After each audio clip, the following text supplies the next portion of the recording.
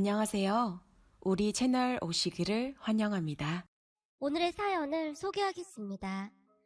저는 지금도 그날만 생각하면 치가 떨릴 정도로 끔찍하기만 합니다. 하지만 그날 이후 제 인생이 송두리째 바뀌었다고 해도 과언이 아니었는데요. 그날은 비가 추적추적 내리던 습한 여름날이었습니다. 며칠간 계속되던 장맛비로 인해 하루 종일 비가 내렸거든요. 거실에서 부모님이 말다툼하는 소리가 제 방까지 고스란히 들려왔습니다. 그동안 집안에서 마치 이방인 마냥 지내던 제게는 그런 부모님의 목소리가 아득하게만 들려올 뿐이었어요. 이제 어쩔 거야. 내가 그런 그지 같은 대학 들어갈 때부터 알아봤어. 그니까 내가 그딴 대학 보내지 말라고 했잖아. 그냥 미국으로 유학 보내자고 그렇게 말했는데 뭐? 가기 싫어? 다른 애들은 미국 유학 보내준다고 하면 절까지 할 판국에 가기 싫어? 그때 억지로라도 보냈어야 했는데 당신이 중간에서 말렸잖아. 그러니 당신이 말해봐. 이제 어떡할 거냐고. 그렇지 않아도 내 딸이 그런 대학 들어가서 얼굴도 못 들고 다니고 있는데 나 참 기가 막혀서 말이 안 나온다. 나도 미국으로 보내고 싶었는데 지가 안 간다고 쌩난리를 치는 걸. 난들 어떡해. 내 딴에는 가서 사고라도 칠까봐 그랬던 거잖아. 나도 지금 골이 깨질 것 같으니까 그만 좀 해. 지금 화낸다고 이게 다 해결될 일이야? 어떻게 할지 방법부터 찾아야 할 거 아니야. 어떡하긴 뭘 어떡해. 당신이 여기저기 수소문해서 병원이나 알아봐. 일이 밖으로 새나가는 날에는 당신이랑 나랑 끝인 거 당신도 알고 있지? 알았어. 내가 한번 알아볼게. 도대체가 내 뱃속에서 저런 애가 어떻게 나왔나 몰라. 아무리 봐도 시댁이나 친정에 저런 애가 없잖아. 낸들 알아? 그리고 학교도 자퇴시켜. 그런 그지 같은 학교는 애초에 보내지도 말았어야 한다고. 그래도 애 아빠는 나랑 의도 다닌다고 하더만. 당신 미쳤어? 애 아빠는 누가 애 아빠야. 한 번만 더 그딴 소리 입에 올리기만 해봐. 그리고 병원 가서 수술하자마자 저 꼴통 바로 미국으로 보내버려. 저 형한테 거기서 다시 공부할 수 있게 하란 말이야. 아빠가 엄마를 다그치는 소리가 들려왔습니다. 여기서 잠깐 우리 가족 소개를 하자면 우리 부모님은 두 분 다 이름만 대면 다 아는 대학교의 교수입니다. 그리고 오빠는 명문대 의대를 졸업해서 현재 의사이고 제 여동생도 명문대 의대를 다니고 있습니다. 우리 부모님 두 분 다 명문대를 졸업한 수재였다는데요. 머리가 좋긴 좋은 모양으로 현재도 인정받는 대학 교수입니다. 제가 얼핏 이모 얘기 듣기로는 두 분은 사랑과는 전혀 거리가 먼 분들로 오로지 조건만을 따져서 결혼했다고 합니다. 그러니까 엄마 아빠가 얼굴도 꽤 괜찮은 편이고 거기다 두 분 다 키도 평균보다 큰 편이거든요. 한마디로 두 분은 2세에게 좋은 유전자를 물려주기 위해 결혼 상대를 고르고 골라서 결혼을 했다고 합니다. 또한 친가 외가 모두가 잘 사는 집안이었기에 더할 나위 없이 조건에 딱 맞았다고 합니다. 그렇게 두 분은 결혼하게 되었고 그 뒤 우리를 낳았고 말이죠. 그리고 그런 두 분의 기대에 부응이라도 하듯이 오빠와 동생은 머리부터 발끝까지 부모님의 유전자를 그대로 물려받았습니다.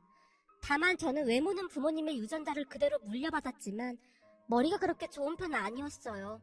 그렇다고 해서 제가 공부를 정말 못했다거나 그렇진 않았지만 오빠와 동생은 전교 1등을 놓쳐본 적이 없었던 반면에 저는 그냥 전교 10위권 안에서 왔다 갔다 했거든요. 제가 다니던 고등학교가 공부를 워낙 잘하는 학교였기에 그 정도면 나름 뒤처지는 성적도 아니었어요. 하지만 부모님은 항상 저를 닥달하고 또 닥달했습니다. 내가 지금껏 살면서 이런 성적표는 처음이다. 어떻게 전교 9등을 할 수가 있어? 2등만 해도 기가 막힐 판국인데 9등? 네가 지금 제정신이냐? 잘못했습니다. 다음번에는 꼭 성적 올릴게요. 지금 그 말이 몇 번째냔 말이야. 이 정도면 너 집중력이 떨어지는 거야. 네 엄마랑 내 머리가 얼마나 좋은데 우리들 유전자를 물려받았으면 절대 이 성적 나올 수가 없어. 네 오빠랑 동생 좀 봐라. 전교 1등을 놓쳐본 적이 없잖니? 근데 넌 왜 그 모양이냔 말이야. 아빠가 신경질적으로 성적표를 구겨버리곤 했습니다. 그때 당시 저는 제가 세상에서 가장 못난 사람이다라는 생각으로 살고 있었는데요. 제 머릿속에는 항상 넌 불량품이야. 정말 한심한 인간이야. 라는 생각만 가득했거든요. 우리 부모님이 입버릇처럼 하던 말이기도 했고요. 명문대 교수이던 우리 부모님은 밖에서는 참 존경받는 그런 분들이셨지만 집안에서는 전혀 그런 분이 아니었어요. 아니죠. 오로지 저한테만 막말을 일삼았던 것 같습니다. 저는 그러한 환경 속에서 하루하루를 바들바들 떨면서 보내야만 했습니다. 항상 위축되어 있었고 학교에서도 말 한마디도 못한 채 공부만 했으니까요. 그랬기에 제 주변에는 친구가 한 명도 없을 정도였어요. 부모님은 항상 우리에게 친구 따위는 필요 없다. 네 옆에 앉아있는 애들은 모두 네 경쟁자다. 라는 말로 우리를 억압하곤 했거든요. 그렇게 저는 대학 입시를 치렀지만 부모님이 바라는 명문대는 들어가지 못했습니다. 하지만 그래도 서울에 있는 나름 유명한 대학에 합격을 했는데요.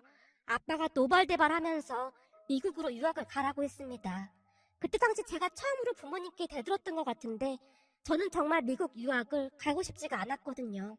성격도 워낙 내성적인데 미국에 가서 잘 지낼 수 있을까 하는 걱정 때문에 무섭기만 했거든요. 결국 아빠가 처음으로 한 발자국 뒤로 물러난 채 제게 한마디를 했어요. 그럼 너 그 학교 우선 등록하고 다시 공부해서 명문대 들어갈 생각해. 지금 이 아빠가 얼마나 창피한 줄 알기나 해? 아빠 친구들 애들은 다 명문대 갔단 말이야. 아빠의 말에 제가 억지로 고개를 끄덕였는데요. 우선은 그 순간을 모면하고 싶었거든요. 그러다가 제가 대학에 입학을 하게 되었는데 저는 다시 공부해서 명문대에 갈 생각이 없었습니다. 그 바람에 부모님이 허구한 날 다투긴 했지만 저는 그저 모른 척하고 지내고 있었어요. 대학을 들어가 친구를 처음 사귀게 되었는데 친구의 영향을 많이 받았거든요. 특히나 같은 과에 다니던 정화와 가까워졌고 거의 모든 시간을 정화와 어울리며 지내곤 했습니다. 정화는 그런 제가 모르던 것을 참 많이도 알려주곤 했으니까요. 거기다 제가 정화에게 가장 많이 놀랐던 것이 정화는 저만 보면 항상 감탄하듯 말을 하곤 했어요. 너 어쩜 이렇게 피부가 좋아? 너 화장 하나도 안 한 거지? 그냥 선크림만 발랐어.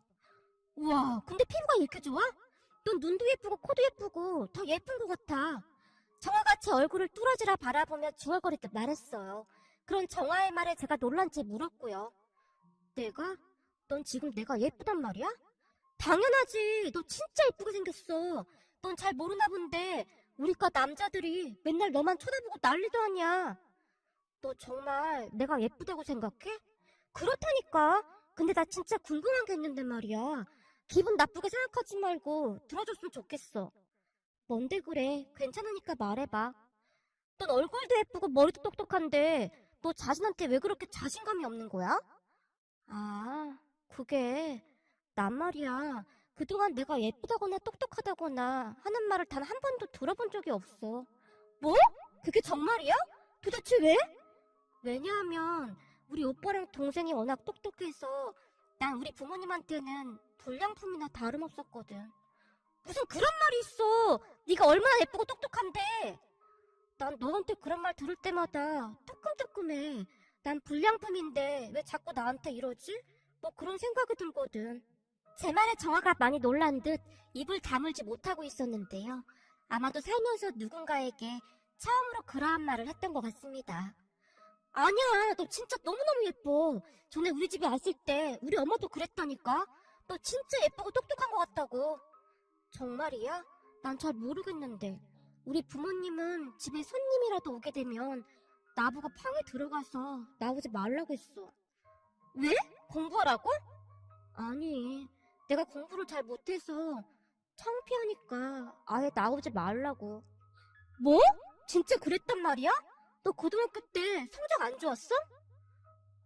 안 좋았지. 전교 1등을 많이 못했거든. 그리고 언젠가는 전교 9등도 해본 적이 있었어. 그때 아빠가 나보고 뭘 했는 줄 알아? 뭐라고 했는데? 아빠 인생에서 가장 잘못한 게 날 낳은 거라고 했어. 엄마 아빠 유전자 중에 나 같은 건 없는데 뭔가 이상하다면서. 뭐? 전교 9등을 했는데 그랬단 말이야? 오빠랑 동생은 거의 만점만 받아서 전교 1등을 도맡아 했었거든. 그래서 혹시나 집에 손님이라도 오게 되면 나보고 방에서 절대 나오지 말라고 했어. 사람들이 내 성적 물어보면 대답하기 창피하다고. 거기다 생긴 것도 못생겨서 보여주기 싫다고. 우와, 무슨 그런 경우가 다 있냐? 근데 너 어디 가서 그런 말 하지 마. 다른 애들이 들으면 너 이상하게 보겠다. 당연하지. 사실 나 고등학교 때까지 친구가 한 명도 없어서 이런 얘기는 너한테 처음 하는 거야. 그러니까 비밀 지켜줘야 해. 우리 부모님 대학 교수인데 괜히 소문나면 안 되잖아. 알았어. 근데 말이야. 넌 진짜 괜찮은 사람이야. 아니지 괜찮은 게 아니라 난 너가 세상에서 제일 부러울 지경이야. 정아가 활짝 웃으며 저를 위로해줬습니다. 그렇게 저는 조금씩 변해가기 시작했습니다. 그러면서 부모님과 더욱 틀어지게 되었고요. 부모님은 저로 인해 다툼이 더 잦아졌고 엄마는 대학에 들어간 뒤로 너무나 많이 변해버린 저를 보며 그나마 조금은 제 눈치를 보고 있었어요. 그러다 어느 날 정한의 집에 놀러 갔다가 명문대 의대에 다닌다는 정한의 오빠를 만나게 되었는데요.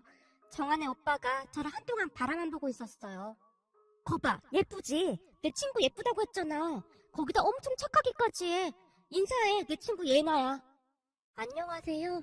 정한의 오빠의 얼굴이 새빨개져 있었습니다. 그리고 그날부터 정한의 오빠가 저를 따라다니기 시작했는데요. 정아도 적극적으로 오빠와 제가 사귈 수 있도록 밀어줬고요. 그러다가 어느 순간 우리는 연인 사이가 되었습니다.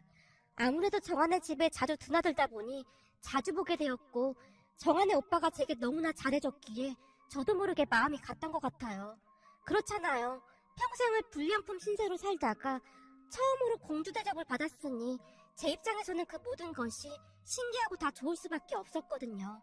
그렇게 1년 정도 사귀다가 그만 제가 임신을 하게 된 겁니다. 그 바람에 집안이 발칵 뒤집어진 건 말할 것도 없었고요. 하지만 남친은 제게 걱정하지 말라면서 바로 결혼을 하자고 했어요. 걱정 마. 오빠가 다 책임질게. 그러니까 낳아서 키우자. 우선은 돈이 없으니까 우리 부모님께 도움을 받으면 될 거야. 그게 우리 부모님이 아시면 오빠 진짜 큰일 날 거야. 우리 부모님 진짜 엄청 무섭거든. 그것도 걱정 마. 내가 니네 부모님 찾아가서 책임진다고 말할게. 오빠, 나 진짜 무서워. 우리 부모님 절대 허락 안 할 거야. 내가 어떻게든 해볼 테니까 넌 나만 믿고 따라오면 돼. 알았지? 남친이 저를 위로했지만 두려운 마음뿐이었기에 제 눈에서 눈물이 멈추질 않았어요. 그때 남친 부모님과 우리 부모님이 다 알게 되었는데요. 남친 부모님은 놀라서 남친 등짝을 내려치긴 하셨지만 제게는 걱정 말라며 몇 번이나 안심시켜 주셨는지 모르겠습니다. 우리가 아들을 잘못 키웠네. 남의 집 귀한 딸 이리 만들어서 어째 그래? 근데 우리가 다 알아서 할 테니 너무 걱정은 하지 말고 우선 결혼식부터 올리고 여기 들어와서 살다가 나중에 애 좀 크면 분가해라. 너 학교도 졸업해야 하는데 그때까지는 우리가 애기 봐줄게. 제게 정말 많이 미안해하셨어요. 하지만 역시나 우리 부모님의 반응은 상상을 초월했는데요. 갑작스레 남친과 제가 집 안으로 들어서자 부모님의 얼굴이 사색이 되어 있었어요. 뭐야, 누군데 우리 딸이랑 들어오는 겁니까? 안녕하십니까. 저는 예나 남자친구입니다. 뭐? 남자친구? 이런 정신 나간 것이 있나? 너 지금 제정신이야? 그딴 대학 가놓고는 벌써 남자친구를 데리고 와? 아빠가 저를 보며 노발대발 하다가는 남친에게 소리쳤어요. 우리 예나 곧 미국으로 유학 보낼 생각이니까 이만 헤어져요. 대학 다니면서 만나는 남자친구를 뭐 한다고 집에까지 데리고 오고 난리야. 저기 그게 지금 예나가 제 아이를 가졌습니다. 정말 죄송합니다. 죽을 죄를 졌습니다. 남친이 바닥에 무릎까지 꿇은 채 고개를 푹 숙였습니다. 뭐? 아이? 이게 다 무슨 말이야? 여보, 당신이 다시 말해봐. 내가 잘못 들은 거지? 그러니까 우리 딸이 임신을 했다 그 말인 거예요? 예나야, 아니지. 지금 엄마 아빠한테 반항하느라 거짓말하는 거지? 엄마가 자리에서 벌떡 일어난 채 저를 노려봤어요.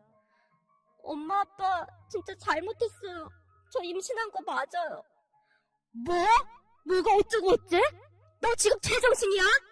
아빠가 이성을 잃은 채 남친에게 달라들어서는 순식간에 남친의 뺨을 올려 붙였습니다. 그리고는 제 뺨도 올려 붙이려고 손을 치켜들었는데요. 아버님, 얘가 지금 임산부입니다. 차라리 저한테 분풀이를 하십시오. 남친이 아빠의 손을 잡은 채 어쩔 줄을 몰라 하고 있었어요. 너 이 손 못 놔? 우리 집안이 어떤 집안인데? 뭐? 임신? 임신을 해? 결혼도 안 하고 임신을 해? 잘못했습니다. 얘는 제가 책임지겠습니다. 네가 뭘 책임질 건데? 넌 당장 나가. 그리고 니들 바로 헤어지고 예나 너는 다음 달 바로 미국으로 가. 아버님, 예나 뱃속에 제 아이가 있습니다. 예나랑 아이 충분히 먹여 살릴 수 있습니다. 제발 이렇게 부탁드리겠습니다. 남친이 아빠의 다리까지 붙은 채 빌어대고 있었어요. 애기 얘기는 없던 일로 하고 그만 가봐. 우린 절대 용납 못해. 애는 병원 가면 그만이야. 아빠, 나 절대 병원 안 가. 나 알 거란 말이야. 이게 지금 어디서 말대꾸야. 넌 그냥 입 다물고 가만히 있어. 어디서 저런 거 나와서 내 인생을 망쳐. 너 같은 건 태어나지 말았어야 해. 라며 소파를 발로 걷어찼어요. 그동안 아빠가 화내는 모습을 많이 보긴 했지만 그날만큼 화가 많이 난 모습은 처음이었던 것 같습니다. 결국 남친은 아빠에게 끌려나갔고 저는 제 방에 갇혀버렸어요. 넌 방에서 나올 생각도 하지 마. 네 엄마가 병원 알아보면 거기 따라가서 수술받고 바로 미국으로 떠나. 네 오빠랑 동생 오기 전에 더 이상 집안 시끄럽게 하지 말고 얼른 방으로 들어가. 그리고 지금 이 얘기는 아무한테도 말하지 말고. 알아들었어? 아빠가 제게 육박을 길러댔어요. 저는 그저 눈물만 뚝뚝 흘리고 있었고요. 그 뒤 저는 휴대폰까지 다 빼앗긴 채 방 안에 갇혔습니다. 그리고 부모님이 거실에서 앞으로 어떻게 해야 할지 말다툼을 하고 있었고요. 사실 지금 생각해보면 두 분 다 완벽주의자에 가까웠기에 저로 인해 인생이 무너지는 듯한 그런 기분이었을 것 같긴 합니다. 제가 부모님을 미워하긴 했지만 큰 불효를 저지른 건 맞으니까요. 그렇게 저는 불안에 떨며 방 안을 서성이고 있었는데요. 그러다가 문득 이곳을 나가야 한다는 생각이 강하게 들기 시작했어요. 그런 생각이 들자마자 주변을 두리번거리며 나갈 수 있는 방법을 생각해내기 시작했습니다. 거실 밖에서 부모님이 감시를 하고 있었기에 방문으로는 나갈 수가 없었거든요. 그런데 다행히 우리 집이 큰 단독주택이었기에 어쩌면 창문으로 나갈 수 있지 않을까 하는 생각을 하게 되었고 제가 창문을 열어서 확인해보니 가능해 보였어요. 그 생각을 하자마자 나갈 방법을 연구하기 시작했는데요. 우선 침대에 있던 이불을 창문 밖으로 떨어뜨린 다음 의자를 끌고 와서 의자를 밟고 조심스레 창문 밖으로 뛰어내렸습니다. 다행히 많이 높진 않았기에 다치지 않고 금방 빠져나올 수가 있었어요. 창문 밖으로 나온 제가 급히 대문을 통해 밖으로 나갔는데요. 다행히 남친이 담벼락에 기댄 채 쭈그려 앉아 있었습니다. 예나야, 어떻게 나왔어? 부모님이 내보내줬어? 아니, 오빠 우리 지금 이러고 있을 때가 아니야. 여기 이대로 있다가는 또다시 끌려 들어가야 한단 말이야. 빨리 도망쳐야 해. 어? 그럼 몰래 나온 거야? 우선 빨리 가야 한다니까. 제가 남친의 팔을 잡아 끌고는 냅다 도망치기 시작했어요. 그리고 잠시 후에 남친 집으로 들어갔는데요. 우리 둘이 모습을 본 남친 부모님의 얼굴에 놀라움이 가득해 보였어요. 아니 니들 꼴이 그게 뭐야? 엄마, 사실은 예나 부모님이 당장 헤어지라고 해서 우리 도망 나왔어. 하긴 어느 부모가 안 그러겠냐. 나 같아도 그랬을 거야. 근데 당장 병원에 데리고 간다고 하셔서 무서워서 어쩔 수가 없었어. 우선 예나 여기서 지내야 할 것 같아. 지금 너무 놀라있거든. 알았다. 우선은 방에 들어가서 좀 쉬어. 정 안 되면 엄마 아빠도 같이 가서 용서를 빌어보마. 싫어요. 전 절대 집에 안 갈 거예요. 그래, 알겠다. 그럼 넌 그냥 여기 있어. 그럼 되는 거지? 제 몰골이 말이 아니었기에 남친 엄마가 저를 안심시켜줬습니다. 그렇게 저는 잠이 들었던 것 같은데요. 잠시 뒤 남친이 남친 부모님과 우리 집에 다시 찾아갔던 모양입니다. 하지만 부모님이 들은 척도 하지 않았고요. 앞으로 그런 불량품은 우리 딸 아니니까 다시는 찾아오지 마세요. 어떻게 우리 집안에서 그딴 게 나올 수가 있어? 남친 부모님이 빌다시피 했지만 결국엔 경찰까지 불러서 내쫓아버렸답니다. 집으로 돌아온 남친과 남친 부모님의 얼굴이 새하얗게 질려 있었는데요. 우선은 여기서 지내면서 방법을 생각해보자꾸나. 지금은 화가 너무 많이 나 있어서 도저히 안 되겠구나. 우리 부모님께 가진 스물한 스물을 다 당하고 왔음에도 남친 부모님은 우리 부모님 함담을 단 한마디도 하지 않았어요. 예나 부모님 입장에서야 당연한 거야. 그러니까 너무 마음 쓰지 말고 마음 돌릴 생각이나 해. 라는 말을 하실 뿐이었어요. 그때 저는 남친 집에서 살게 되었습니다. 남친 부모님과 남친이 우리 부모님한테 다시 찾아가서 빌다시피 했지만 부모님은 눈 하나 깜빡하지 않았어요. 결국 남친 부모님은 말을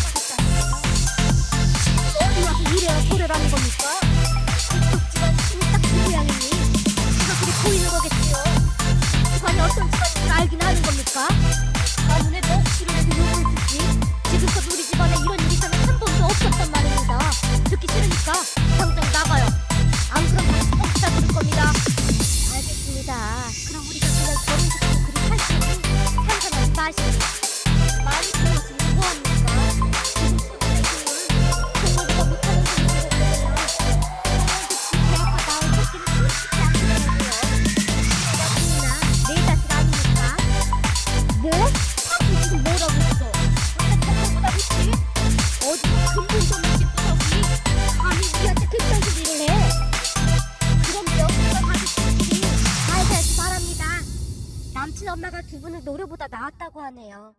집에 들어서자마자 남친 아버지가 남친 엄마를 나무랐는데요. 지금 이 상황에 왜 그렇게 그 양반들을 자극하고 그래?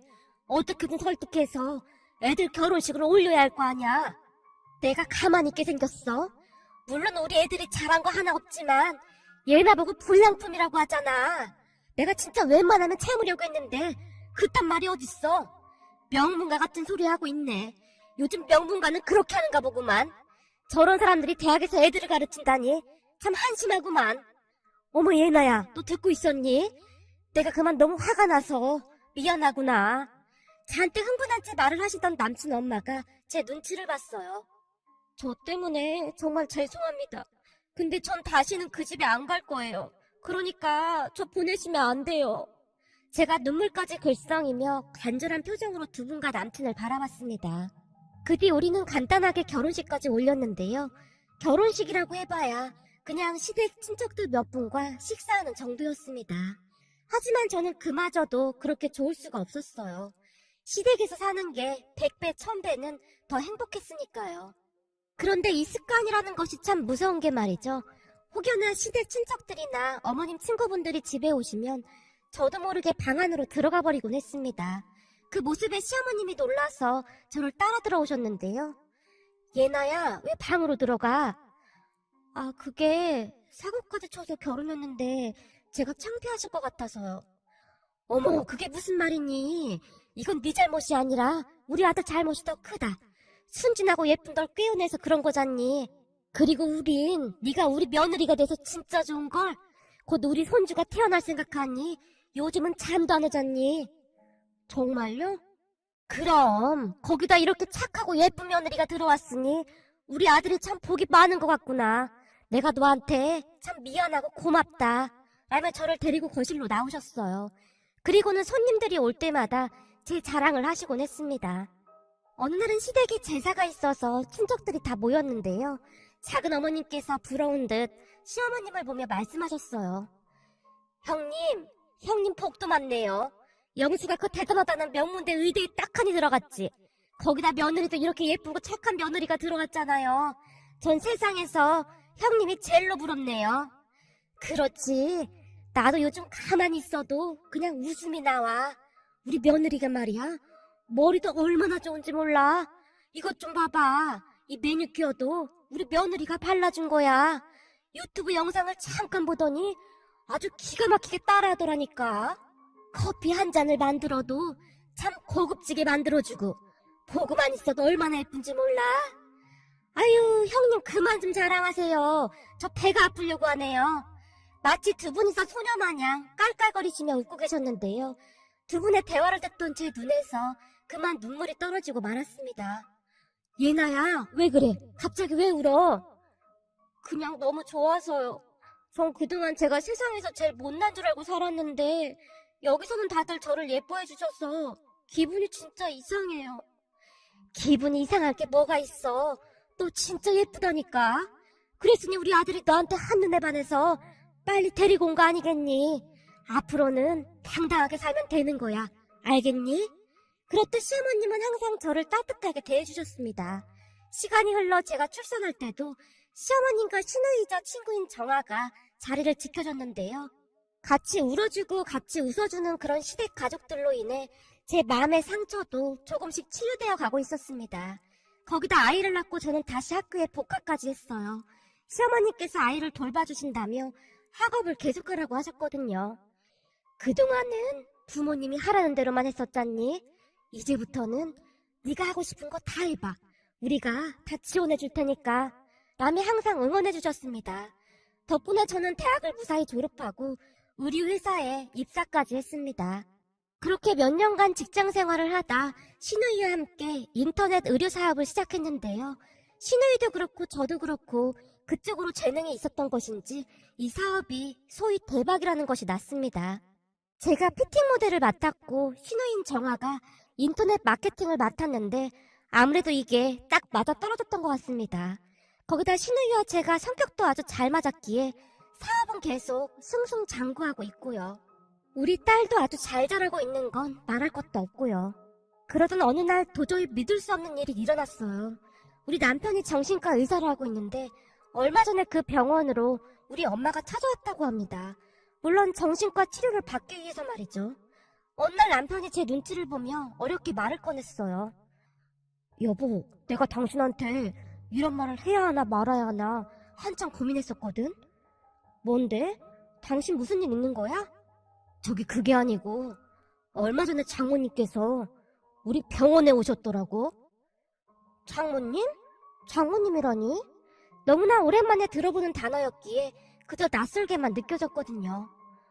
장모님 말이야. 그니까 당신 어머님 말이야. 우리 엄마? 우리 엄마가 거길 왜 갔어?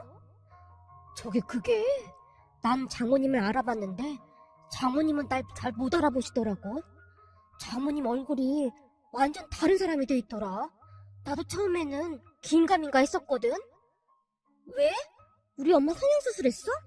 예전에도 주름 편다고 피부과 다니고 그러긴 했어. 아니, 그게 아니라 얼굴이 말이 아니시더라고. 거기다 말씀하시는데 막 횡설수설 하시고 그러더라고. 아마도 학교도 그만두신 것 같더라고. 일상생활이 어려워 보였거든. 뭐? 그게 무슨 말이야? 제가 믿을 수 없다는 표정으로 남편을 바라봤어요. 그래서 내가 이것저것 좀 알아봤거든? 근데 당신 오빠 말이야. 당신 오빠 의대 졸업하고 장인어른이 병원을 차려주신 모양인데 아마도 그랬을걸? 오빠는 부모님의 자랑이니까. 근데 당신 오빠가 사고를 좀 쳤더라고. 사고? 그럴 리가. 우리 오빠 절대 그럴 사람 아니야. 무슨 사고인데? 당신 놀라지 말고 들어. 남편이 한참을 민기적거리다가 힘겹게 말을 꺼냈는데요. 병원을 개원한 뒤 오빠가 바로 결혼을 했던 모양이었어요. 물론 부모님이 소개해준 나름 명문가 집안의 여자랑 말이죠. 그런데 병원 안에 오빠가 좋아하는 간호사가 있었다고 하네요. 그러니까 오빠는 그 간호사를 좋아하고 있었음에도 불구하고 다른 사람과 결혼을 했던 겁니다. 문제는 결혼을 했으면 그 간호사와 헤어졌어야 했는데 정말로 사랑했던 모양인지 계속 민기적거리며 만나왔던 모양이었어요. 문제는 얼마 가지 않아 그 간호사가 임신까지 하게 되었다는데요. 그 사실을 알고 오빠가 혼비백산한 채 그 간호사에게 수술을 권했고요. 하지만 그 간호사는 절대 그렇게는 못하겠다고 난리를 쳤고 말이죠. 결국 우리 부모님까지 알게 되었다는데 부모님이 그 간호사를 집으로 조용히 불러서는 돈은 섭섭지 않게 줄 테니 당장 수술을 하라고 협박 아닌 협박을 했다고 하네요.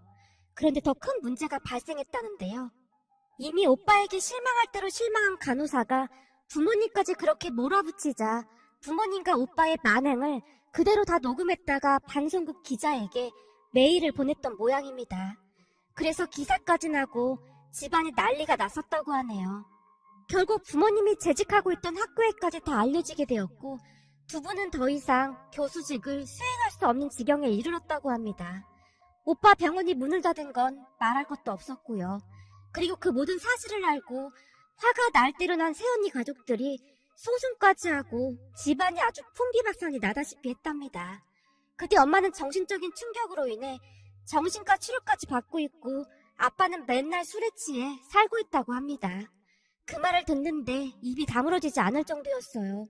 그렇게 대단한 가문이라고 하더니만 결국 그렇게 몰락하는구나 하는 생각마저 들었거든요. 한동안 말을 하던 남편이 제게 넌지시 물었어요. 그래도 가족인데 연락은 해야 하지 않겠어? 장모님 얼굴이 진짜 많이 상하셨던데. 아니, 난 그러고 싶지 않아. 그분들한테 난 어차피 불량품이잖아. 불량품이 무슨 도움이 되겠어. 제가 단박에 거절했습니다. 그 뒤에도 저는 여전히 친정 가족들과 연락을 끊고 살고 있어요. 저는 지금도 시댁 가족들과 함께 지내고 싶은 생각뿐입니다. 혹여나 이 행복이 사라지진 않을까 하는 생각까지 들거든요. 가만히 돌아보면 제 인생도 참 파란만장한 인생이었다는 생각이 드네요.